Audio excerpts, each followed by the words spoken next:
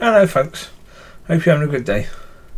I've had a walk through these woods already today, a bit earlier, about midday, 12 o'clock I think, about that sort of time. I met some nice people there again, so that's cool. Met a lovely little doggy, little puppy, 3 months old, that kept on jumping up, so eventually I just picked it up and give it a little cuddle. So well, you have to do it if the dog keeps on jumping up. You've got to give it a proper cuddle. Yeah, it's the only thing to do. So yeah.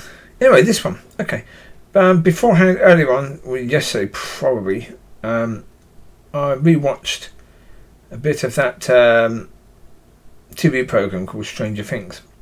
I think I probably watched a bit of it a long time ago, but I hadn't seen certainly season 3 and 4. So I watched it, and it got me thinking, actually, because as I'm watching it, I'm looking at certain characters and thinking, I'd love to have people like that in my life. Yeah, those characters would be great to have in your life. Now, to me, in Stranger Things, it has to be Nancy. Nancy would be one, and I think Steve is the other one. Because both of them, yeah, they just go flying into battle with incredible courage and ferocity against, whatever the evil is and whatever the evil's trying to do. They just go, okay, we're in. Well, it's like you think, if you were in that situation, would you be saying, okay, I'm in? No, probably not. No, fear would be a big factor, but it doesn't seem to be with those, because it's their friends and their family and people they care about that are in danger. And they're straight there. So people like that in your life, really useful. So I was thinking about that when I was walking around and thinking, well, okay, what about any other things I watched? Well, from Lord of the Rings, it has to be Sam and Aragorn, the two people that I take. Sam, because of the fact that if you're ever in a situation where you can't go on, you need to be carried, Sam's a man to do that. Or the Hobbit to do that, should we say.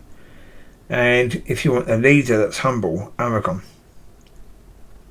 Because even as king, he bowed down to the hobbits. So, yeah. You need leaders that are humble and wise. And he comes across as that. And Sam, yeah. That character is huge. So that's the thing in your life, really, what you need is characters that are huge. But as I say, They have to enhance you, but you also have to enhance them. Now, there will be people in your life that only you will enhance, or they will enhance you. The point of it is, it's not a case where they necessarily have to enhance you. But you have to be able to, if you're enhancing them, and they're getting huge things out of the relationship, out of the friendship. They're benefiting massively from your friendship. But then, okay, you're doing a solid. Cool. Hopefully you'll have people that are givers as well. Because if you're giving to that person, you need people to give to you. Certainly don't have just takers in your life. Have givers as well. Have a mixture. Because if you're receiving, then you should be giving as well. But if you're giving, you should also be receiving. So be mindful of that. Certainly don't just be a taker. And try not to just be a giver. Because if you're just a giver, eventually you're going to run out.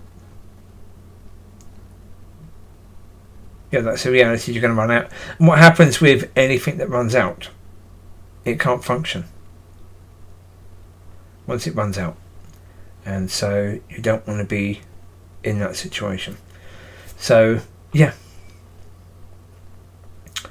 But I say, ideally speaking, that there are certain characters, certainly in TV programs and movies, of people that you would want. Well, it's like, I was watching that the Polar lady. She did a video for the boys, but they were basically winding up because they made it all about Ryan Reynolds. And she was asking the question, why is it that men love Ryan Reynolds? Well, partly it's because he takes the mickey out of himself. He's incredibly successful, but he has a fantastic sense of humour, and he ridicules himself all the time. And that's good. He seems to have a humbleness to himself. He's a very good looking man, but he has that, plus he has all the movies. He's been incredibly successful in that way, but he seems to be fairly down to earth, and that is really attractive. Yeah, Will Smith was one that also a lot of men thought was the sort of guy that they want as a friend, because again he seemed to be that way until he punched the bloke on the stage. But then again, he did something that a lot of men would do. Someone made a joke about his wife, and his wife got upset, so he went up on stage and punched the bloke. A lot of men would think that was quite a heroic thing to do. They wouldn't necessarily see anything wrong with that.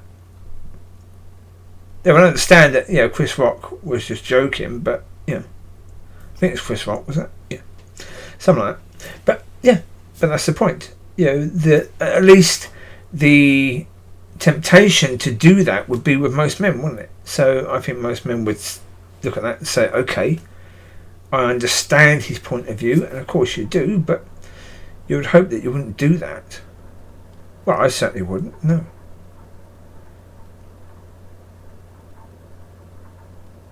But that's why, to me, certainly, if I'm going to get married again, I need a wife who's... So that's why Nancy is incredible. Because she's feisty, she's fiery, but she's also very loving, very kind. She's got a lovely smile. Yeah, she's quite petite and quite dainty, she looks, and yet her character is fierce. And it'd be good to have a wife like that. I think that's attractive.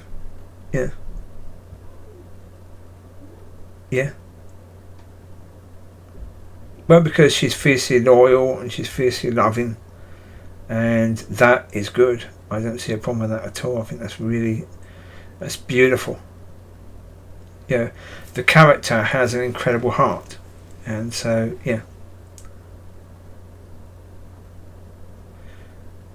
I'd say certainly with regard to TV programs, can I think of another character that is as powerful as her in that way? Offhand, no, I can't. No, I don't find it easy to say, okay, I could think of someone else who I'd sort of put beside her and say, as a fiercely loving, fiercely protective, fiercely loyal, sort of characteristics. From memory, she's the one that sort of would be up there. So it's like, cool. Yeah. But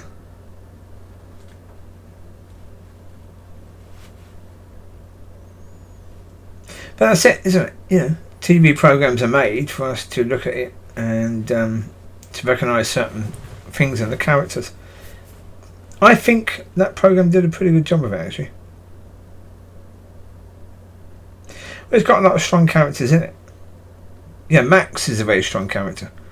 What her character went through, and even her brother Billy. I mean, when you first see Billy in season 2, he's a horrible piece of work.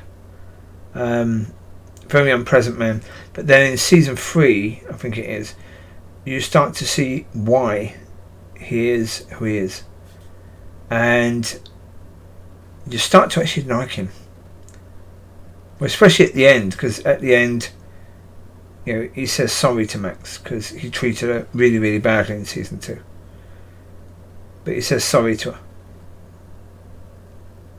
just before he dies, and that was like, and he became the hero in the end.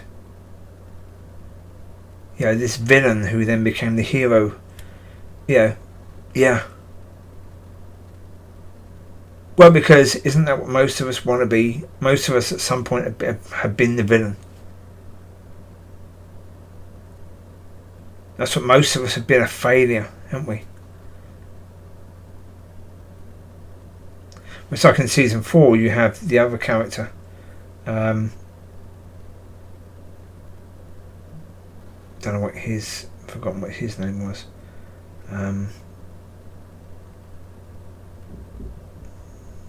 Yeah. The rock star character. Where the gamer who played the piano, played the guitar. That one. Yeah, again, at one point in season 4, he says to the bloke with the curly hair, the boy with the curly hair and the lisp, he says to him, we weren't made to be heroes. And yet, he dies as a hero. Yeah, the whole town thinks that he's the murderer. He isn't. He was a hero in the end. And yeah, that's the thing about programs, is that you have these characters that you don't expect anything from that's good. And yet, they have their moment. And that's the thing. We hope that in real life that we can be that we can do that we can come from, like in a race, we can come from 100th position to win that race. That we could, okay, we weren't that strong at the start of the race, but we can be really, really strong at the finish. Yeah, isn't it a case that so many people are hoping that that can be their story? So that's why characters like that are attractive, I suppose. But this is, why the reason why I did the last video about standards is because if we're looking at things and saying we have to work hard to get from 100th to 1st, and we have to run and run and run and train so incredibly hard to the point of death, if we want to do that, and we might not ever get to 1st, but we need to put so much effort in to have a chance of doing that. The answer is we don't, because the answer is we can't. We can't. Most of us don't have that way to perfectly practice.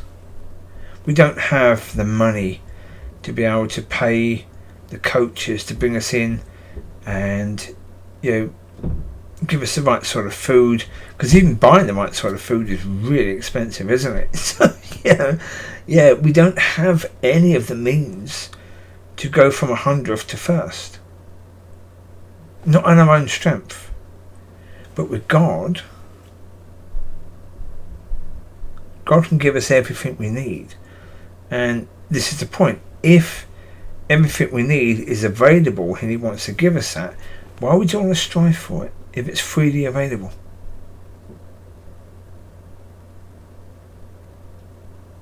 That's the point. If it is and always has been freely available, why would we striving for it? Why would we trying to do anything to get there? It's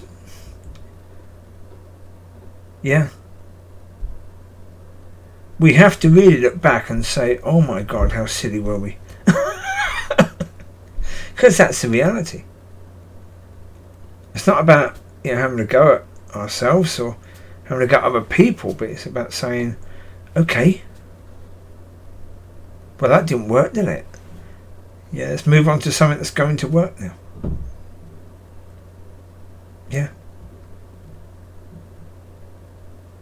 So, relationship with Father. Where will that end? I don't know. I honestly don't know.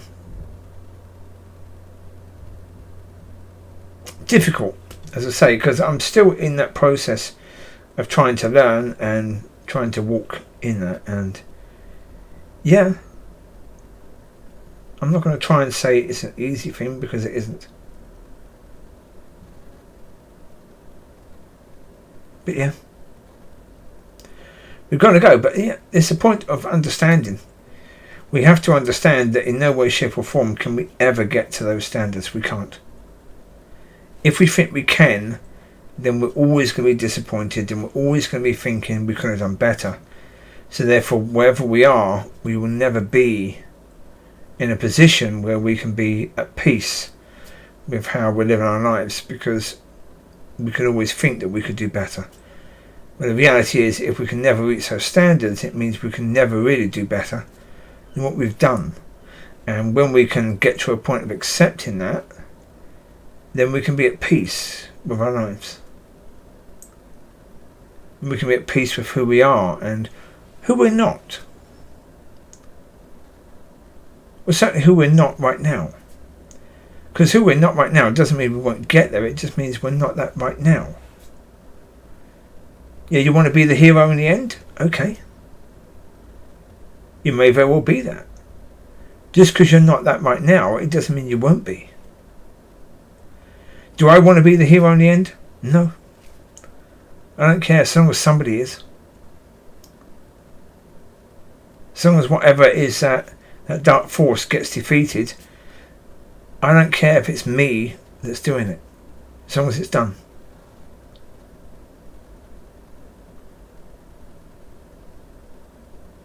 Because that's the point, isn't it, really? Yeah, if I'm trying to be the hero, it's like church. If I see that I need to be the hero, then I'm not trying to help other people to be that. Because if God says to me, which I hope he doesn't, if God says to me he wants me the pastor of a church, it is very much a case where I'm going to say to God, okay, but all these other positions have to be taken up by other people. Yeah, we need people in this church to be heroes and to do their part to make this church succeed, because I'm not going to try and do it all, because I can't do it all. There's no way, shape or form I can do it all, and I'm not even going to try. So it's not because I'm incredibly humble, but because I know that I couldn't do it all on my own anyway. So it's about helping other people to want to be heroes. Yeah. It's important. Definitely if you're going to get the help you need to make sure the job is done.